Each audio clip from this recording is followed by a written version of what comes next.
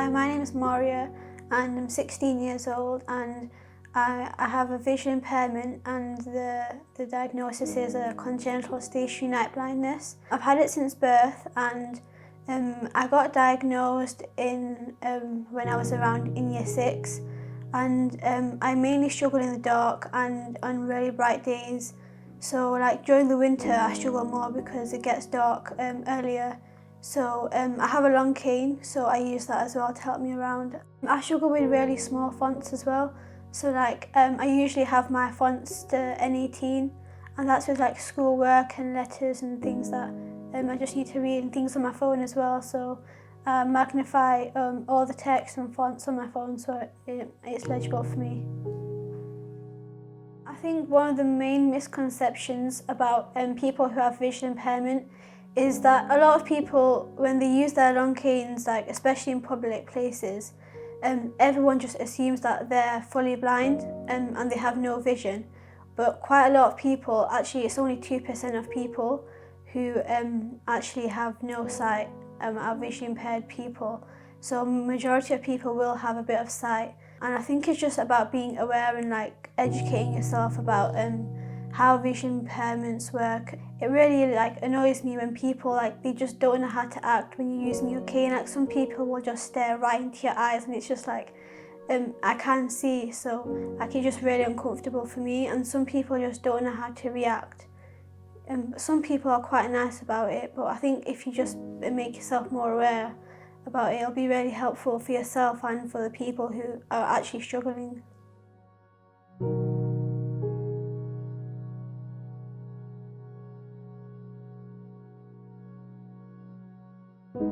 The advice I would give to young people who struggle with the visual impairment is that I would say speak to someone about it. You can speak to Henshaws because they're really helpful. And I think it's just about knowing what you struggle with and how you can overcome that problem, because like a lot of things I didn't know and I've learned from Henshaws, like things like technology, like magnifiers. You can carry one with you, so like things when you go shopping and you can't really read the prices, say like on the top shelf or wherever you need to read it, you just carry the magnifier and just like you can freeze it, so then you can just read the prices.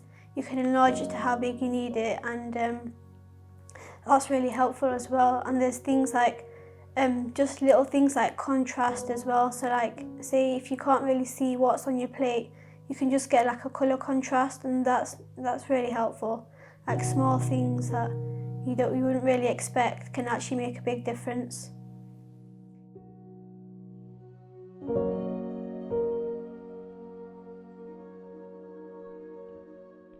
For parents, I would say I think just try and help the child as much as possible.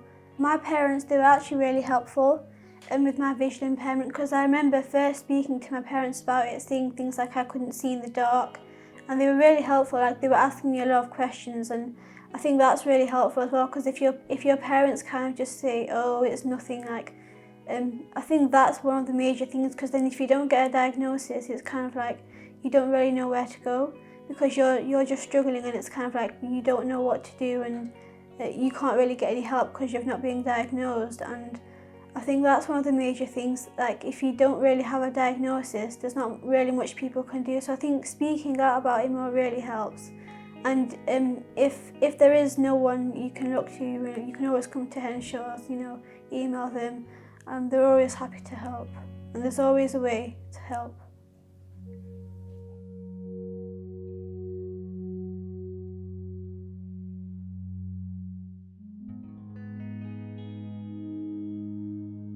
One thing I would say that I would want the world to know about people who have visual impairments is that we're all just normal people. It can happen to anyone, and it's about not putting a label on someone to directly point out to them that they're a visually impaired person, because it can be the same with anyone. Say if someone had a mental illness, you wouldn't just associate them with the mental illness that they have.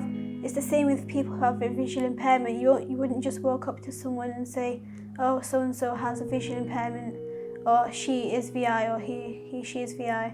I think it's just like about making them feel like it's not a big thing, because sometimes people, they don't see it as a big thing for themselves, but then the way other people associate them with the vision impairment makes them really aware of it, and they feel more uncomfortable when other people actually deal with it in a certain way.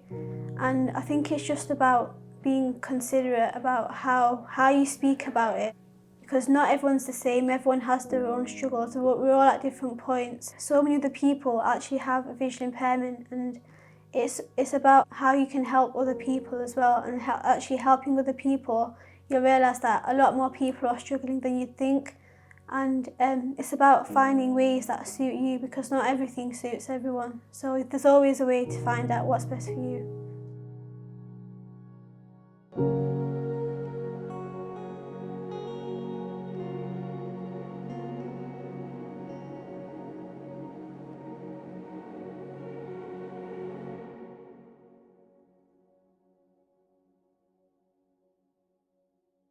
Our videos are helping people across the world.